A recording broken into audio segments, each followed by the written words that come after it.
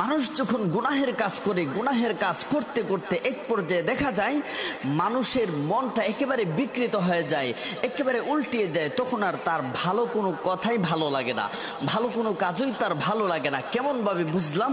আমরা একটা ঘটনার দিকে দৃষ্টিপাত করব।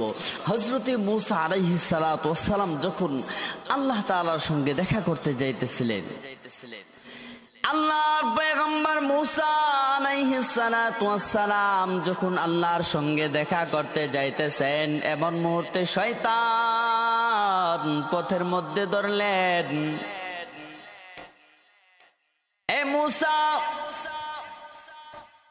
তুমি তো তোমার রবের সঙ্গে দেখা করতে যাইতেছ, তুমি তোমার রবের কাছে বলবা আল্লাহ তাআলা যেন আমাদের তাওবার পথটা সুগম করে দেয়, যেন আমরা তাওবা করে আবার তোমাদের মতো জান্নাতমুখী হইতে পারি বা জান্নাতে যাইতে পারি। আল্লাহর কাছে সুপারিশ করবা, সুপারিশ করবা।